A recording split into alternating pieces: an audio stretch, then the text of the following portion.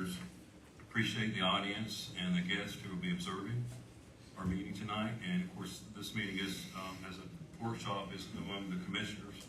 If you're here to observe, please do so. If you would, try to keep the noise down so that we can actually have our meeting. So, welcome. The first item on our agenda is the agenda approval, so look for the will of the board. Motion to approve. Thank you. Got a motion, get a second. Thank you. Got a motion, second. Any discussion? Hearing none, call the question. All in favor, raise your right hand. Any opposed, likewise. Okay, we're good. Commissioners, as you're aware, this is item 4154 is the only item on our agenda besides to adjourn. But this is the budget workshop. This is the workshop among the Commissioners regarding the budget message that we received at our last regular meeting from the county manager on his recommendation for the upcoming budget. At this meeting and then at our following meeting, we will have the opportunity to discuss the recommended budget or any modifications or changes thereof that this board has, with consensus, has decided to put in place before we have our public hearing and before we have the budget adoption. This is outlined, of course, on our website as we have the listing of these dates there. Commissioners, we were presented this budget message, and we've had time to digest it. You all have your blue books and your other books from the fire departments, and we have our white sheet. And now this time, this is more, we're going into more of an informal setting. We are not voting on anything tonight because it's a workshop. We can't vote on anything tonight. We can come to a consensus. We can have discussion. And so at this point, I'm going to pause and allow either one of my fellow commissioners to be recognized by the chair. So, commissioners. Well, I'm opposed to a tax increase. Just to let everybody know, and you know, as you come to us with the budget proposal. So my recommendation is going to be that staff goes back and brings us a budget that does not have a tax increase in it. That's my recommendation. Thank you, Commissioner. Anybody else like to comment at this time? I feel the exact same way.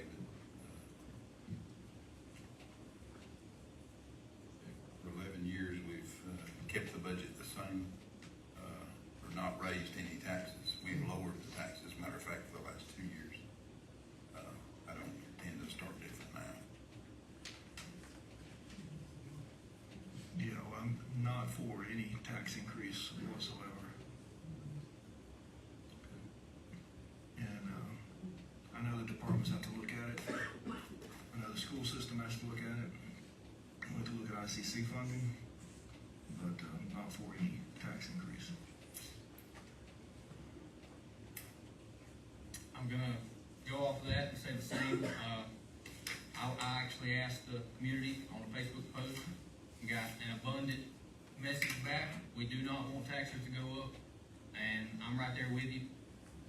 But I do, and I'm new at this, I'm learning this budget stuff, but I look forward to working with you guys and coming up with a way to adequately fund our departments, all of our departments. But I think we really need to look at our emergency services, our school system, sheriff's office, and figure out a way to give them what they're asking for without raising taxes. And I think we need to start with figuring out where we can make cuts at.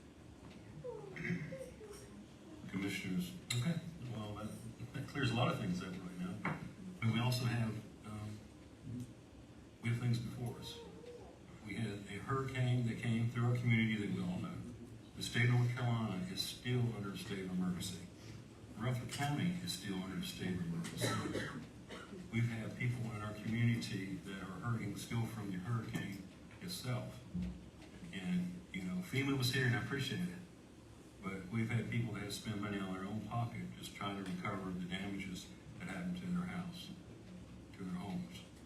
Personally, I lost $17,000 that I had paid to correct my property. I had home insurance denied. I had FEMA flood insurance that denied. You know, last thing that me personally what I want to do is pay more in taxes. And so, you know, we're not taking a vote here, but you kind of see where I'm leaning to. But also see that we have needs. I think it's a tremendous difference between the amount of what we expect is, our funding is going to, our revenue is going to be versus our request. So throughout our whole budget, we're going to have areas that will need to be relooked at. Some are going to have to throttle back, maybe their request. We don't have funding to fund everything for everybody.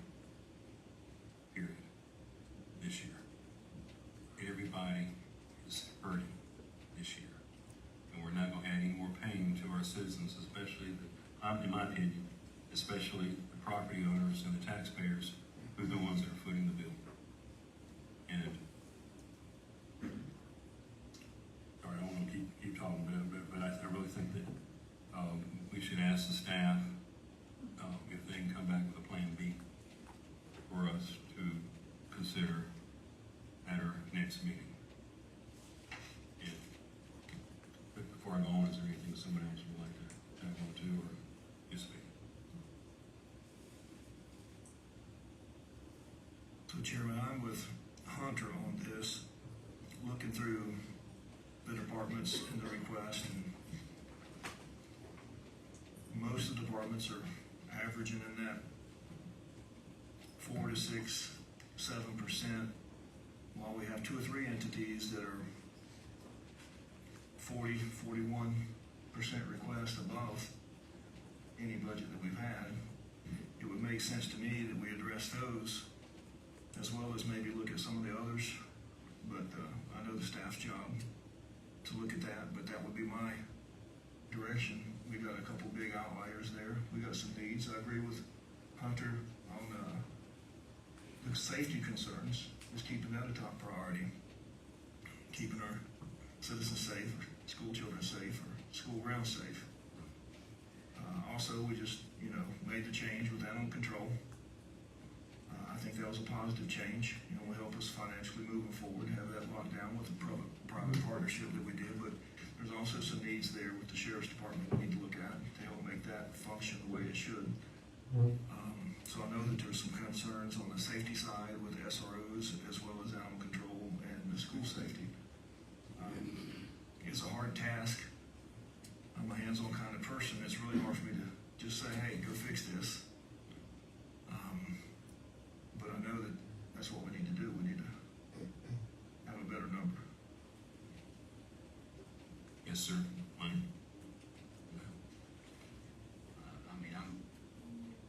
I know we talk about the hurricane, but, everybody in here was affected by that hurricane in one way, shape, or form, whether you lost work, whether you had damage at your house, and this is not a year to be adding injury to insult and, raising taxes. So we need to keep them flat and do what we can to make that happen, because, everybody is affected, and it has been, and some people are still affected by what took place. So Chairman, backing on what Commissioner Tony just said, I don't know where the state of property tax collection, what sales tax collection, is this something that can be spoke about? Are we on trend? Are we below trend? I think we have projected an increase of point something. We just sent you that updated sales Yeah. tax data, because the There's a lot of thing that numbers in there. we projected or predict is happening, it is happening. You're seeing a downward trend. I think it's like 0.97 potential growth. Yes. 1% down? So we're usually seeing 3 to 5% growth each year, but right now that's trending downward. So if you're seeing 4 or 5% growth and we're trending down, that would be a 6% change from last year in the negative? No, because I think we projected less last year too. Okay. We are projecting just above what we had budgeted, but our budgeted number is almost $1 million less than last year because of the reallocation process. And then we had planned on using 2.4 million from last year's budget out of the fund balance to balance the budget. Is that still happening? Do you have any indication of how that's looking? Are we still gonna need the 2.4, more or less? Less Okay, For this year, for the current year. yeah. off the current year. We've been successful each year when we have used fund balance to be able to recapture, most or some or all of that. Okay. We're on trend for that too. I don't know what that number is right at the moment. We're only into the beginning part of May. Right now, we are on trend to continue to try to recapture some of that. And is it accurate, Paula, to say, I know in my business, we close December 30th, but it takes me a couple months to figure out where I'm really sitting. That's right. Is that accurate with the county budget? Will you see where We do not get our final sales tax distribution until September 15th. September 15th is when you get distribution, but then how long does it take you to complete that calculation to be able to tell us, okay, this is where we actually landed? It will normally be the first week of October when we're here with the field office First week of October. to know how far into fund balance we may have had this be. Regarding sales tax, the county in the past has received sales tax, and a portion of that is allocated per state law to our school systems. Is that correct? Yes, there are 2 articles that are restricted for school capital. Okay, but now, in this day and time, since Forest City has, since they raised taxes 2 years in a row, and become the highest taxing authority in the county, the dollars the county used to receive, now up to $2 million a year, is now going to Forest City through the allocation. Decrease over the years. So we're receiving $2 million a year less. Less, is Correct. that accurate? There has been some growth too that counters that, so it's probably between $1.5 million Okay, so over the 2-year period. But on the information that was shared earlier today, then there's, I believe, a 3-year trend on it, so you can see that fluctuation year over year. gotcha. Thank you. Sales tax too, over the last several years, has outperformed anybody's expectations because of all the supplemental federal money that was put into the system to the private individuals as well as businesses and government entities. So you see that trend ending, or is it continuing? That is ending. The money's running out. Majority of counties are budgeting little to no increase to their sales tax expectations for next year. Normally, like Steve said, we normally see a 2 to 3% growth in sales tax of natural growth year over year just because pricing changes and that sort of thing. But for the upcoming year, people are very hesitant due to federal factors with tariffs, supply chain issues continuing, as well as just increased pricing, and there's not that flood of money Right. in the system anymore from COVID. Most of those funds had to be spent by December of 2024, so the dates have passed.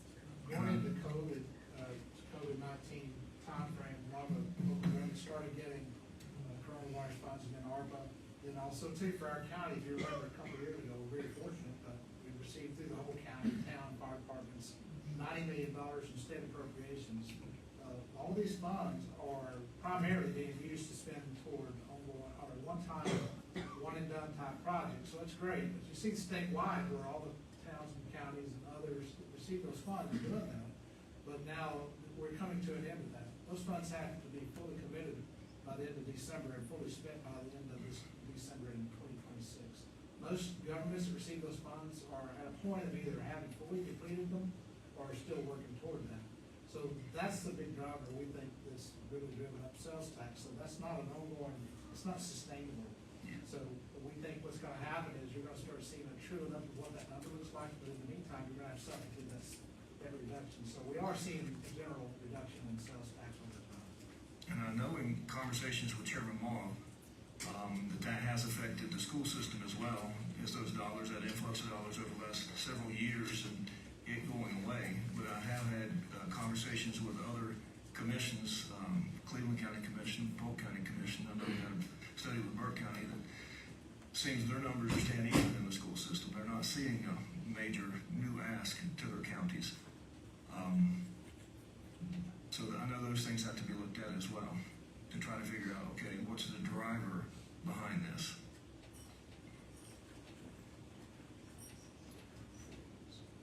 I just say quickly, Chairman, we appreciate the commissioner. We've had conversations with you going the last couple of weeks, and it seems clear based on what you're seeing, what your desires are to see us move forward. But also, I do appreciate it. We've received a lot of emails, a lot of calls. A lot of folks that are showing up here today, they're pretty insistent. They've offered good sound reasons why doing a tax rate increase should be off the table.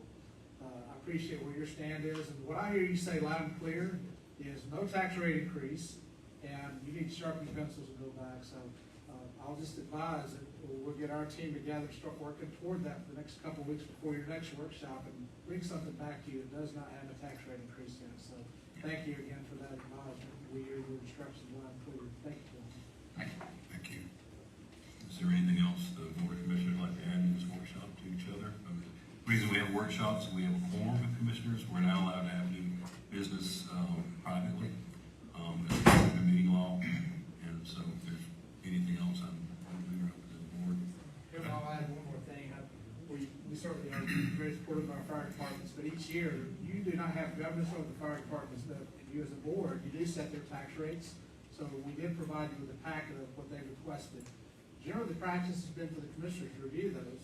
If a fire district is look for an increase for our service team, Cliffside Sanitary also falls in that. Generally, we want to ensure they're providing you with enough information to substantiate and justify that request for an increase. As you know, all fire departments, the cap they have is 15 cents. I think Broad, River, whatever that fire department, they're different, they are multi-county, so I think their cap is higher, maybe 16 cents, and they're at that full cap.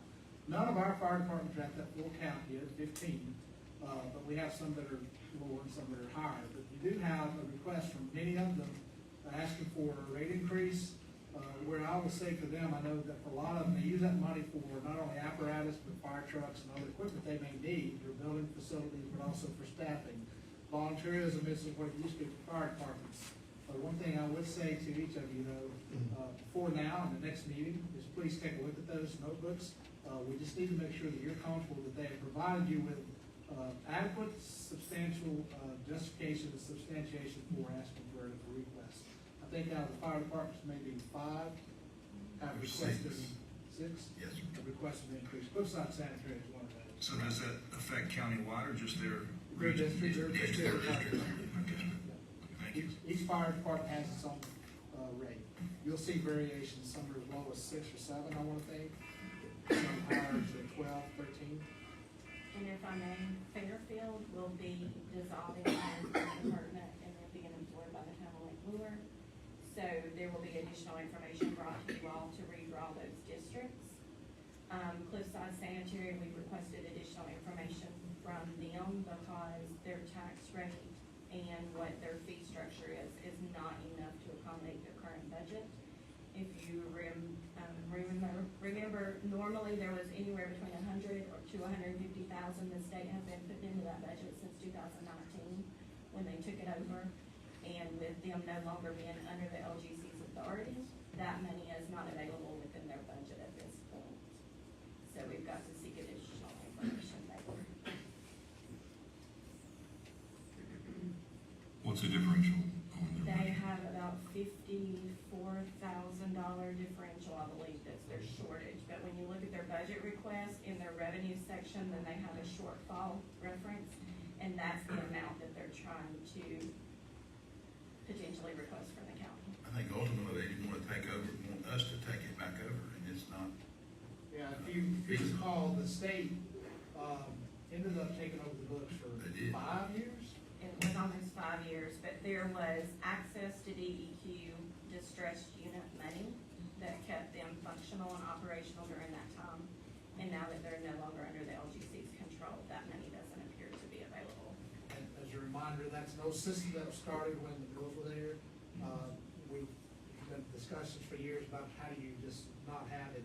The challenge is you've got a couple of schools, churches, a few businesses, 1 or 2 industries on it, but most of the homes are part of the old mill village homes, and there's not enough acreage on each of those parcels to do a separate septic system. So the system's old. There's a lot of the lines, and at some point, there's gonna have to be a look at the infrastructure, because a lot of it's still old terracotta lines, and some pump stations that need to be reworked. Of course, the plant itself was built for large industry. It doesn't need to be that large anymore. They did receive a grant, $2.8 million, I believe, and hopefully that's gonna get them to where they can make some improvements to that system. But at the same time, they're still gonna continue to struggle, because they can only go so far on their rate to those citizens, because most of the citizens that live on that, they're working class folks. It would be a struggle for them to see that rate go beyond what their fiscal capacity is, just like you're dealing with in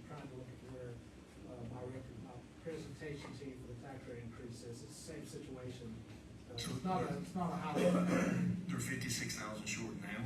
Do you know what their maintenance trend has been? Is that a normal yearly shortage, or is that just a buildup over the years? There have been times that we have come in and offered some support financially, but it's usually been for one-time infrastructure type things.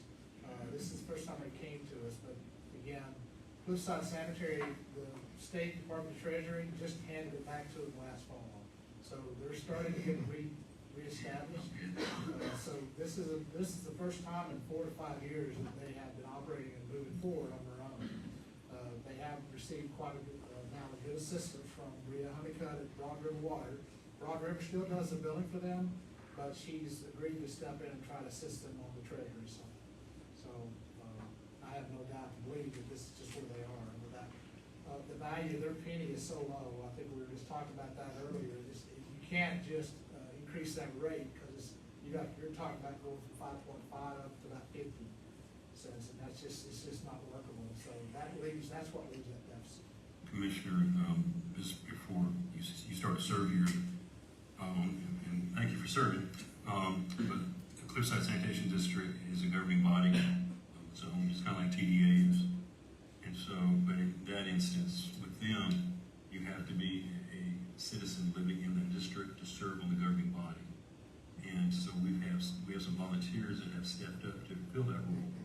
Before, when LGC took it over, there was no one there. It was an empty board. It was a ghost board, and so there was no one making decisions with the vendor. No one made sign checks, nothing like that. They just went down. Demographically, these are the citizens that live in that district are not the most affluent in our community, and I think personally, I think they deserve our support during this time. I don't have an answer to this. We talked about this with the LGC. Is that a pathway should be considered with an entity in our community that actually does water treatment as part of their wheelhouse, which is we do have that. Broad River has that. Forest City has it. There are others that could come in, but it would take a tremendous amount of money to upfit the system in order to be feasible. And so it's really been a discussion that we've been having, but we're going to come to a point soon where we'll have to. Total number of houses is less than 30, I think, isn't it? Is that? 107. I mean, how many Total houses? number of houses total, About 60, I believe, right? yeah. But we have 2 public schools. And Yeah, they got schools and churches and there's a business there. CMS. Two of the industries there, Abercrombie and whatever, took them over and one beside. Yeah, right. Another company's in there now. And of course, several commercial buildings. Our EMS and library is also on the system. Carol? But just want to say that when we were include Cliffside, we're in desperate need of a volunteer, somebody to stand up and be part of the governing body there. We've had people that do that, and I think they're asking now. We currently have 2 board members Right, that the last one was appointed the night before Helen hit. Right. right. They're serving in that capacity. Whenever you look through your book, they are the last section of the book, Sex Service Sanitary District. They're separated out, and it's brought at 57,000 they're requesting. Thank you.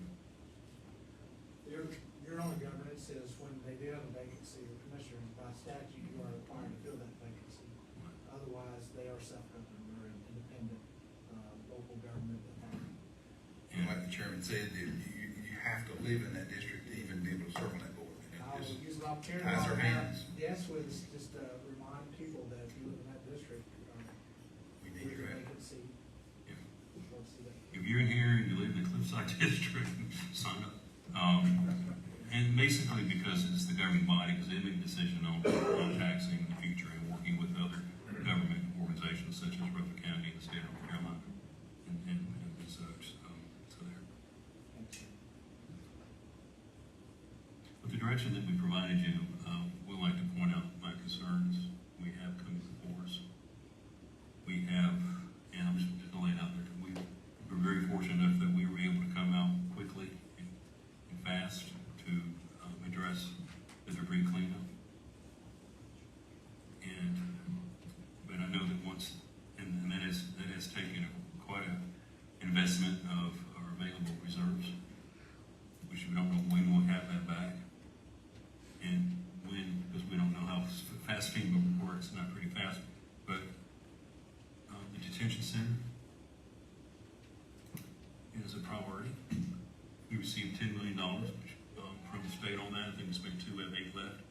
believe it's gonna probably cost another 6 to 8 to finish that, because to the plans of what. On top of what was received? Yes, sir. Yes. Yes, sir. I'm just saying, we have these needs that I see on the horizon. We have our professional law enforcement officers, because when we work in the detention center, the law enforcement officers will have to move to a new office, which is, used to be the 6th grade building. We've allocated, I think, $1.5 million for that. Well, with inflation and everything, that's gonna be a few more dollars, more dollars to complete that task. And then next door to us is the evidence room as well. So things that we have started, even the courthouse expansion, we're going to come to the same boat. So my point is, and jumping on part of what you mentioned, Mr. Harrison, is that we're going to have some needs coming up quickly and soon, and we need to just keep that in our mind and make sure that we're able to address it. Another, in those lines, a question I have, and this is probably something Paul or Steve can answer. In looking at year-end audits and looking at fund balance and what's available, what we've committed, it looks like to me when I read the numbers that right now it's about 47 million. We've committed 44 of that to pre-fund cleanup, but we're expecting to add to our fund balance with this next year as we finish the year. But do we have any idea what that? Timeframe.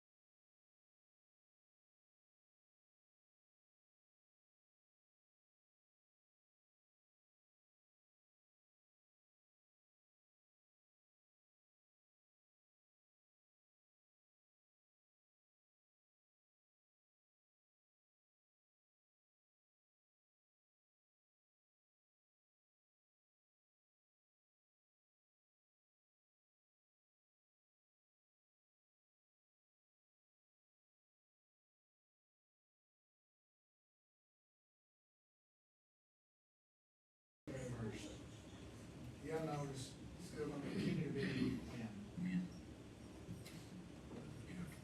Well, we've never faced this before. I mentioned to a friend of mine, see, we've had hurricane, floods, earthquakes, everything in the last 6 months.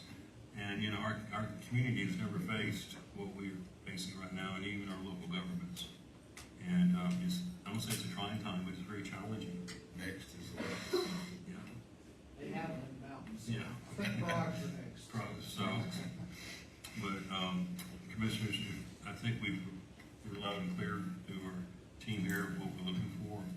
I do know that members of this board speak to our staff or Mr. Garrison by phone almost every day, and we'll continue to do that. But feel free for us to continue to talk to each other. I'll speak to most of you. we can't tell them how to spend their funds. All we're trying to do is give them what they keep requesting. But at the same time, everybody needs to tighten their belt. Just, suck it up for another year. This is a more than 100-year storm that we had. We're $36 million in the hole. Just from that stuff, people's tax values are going to be affected by this stuff. Some people don't even have the same property they had before. But there's a lot of things playing into this. And we just ask everybody just to kind of dig deep this year. Is there anything else from the Board of Commissioners at this time?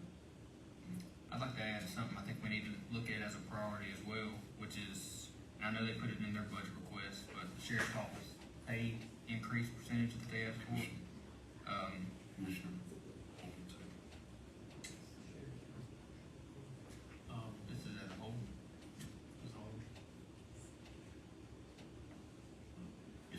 sorry. I mean, so I'm just talking as a whole, as a sheriff's office as a whole. I mean, I think we really need to take a look and make it not look like we're telling them to take their pay increase out, because as we know, Forest City just increased their, I believe, 11%. And we talk a lot about retaining our employees and retaining our employees. It's gonna be very hard to keep the ones we got. I know public service is very near and dear to most people in the county. They want to make sure that we have a public service that can provide what they need when they need them. So it's going to be very hard to keep people if we do not keep up with the times, especially with another agency in our county going up 11%. Commissioner, appreciate actually, I appreciate what you're saying there, because we're seeing, very similar with EMS and 911 and other public service. And that's one of the points that this team's like to look at, so how we can work with our budget in order to maintain our level of service for our community. I will point out, and I'm sorry I don't have that in front of me right now, it seems to go on back there, but you know, the sheriff's department actually came back last week. They did their original request and came back and said, hey, we know what you're facing, we know what you're doing, and it was like a red line. They started marking things off. Yeah, it was great. Yeah, I mean, I'm sorry, I didn't mean to, put that out there, but they actually came back and said, hey.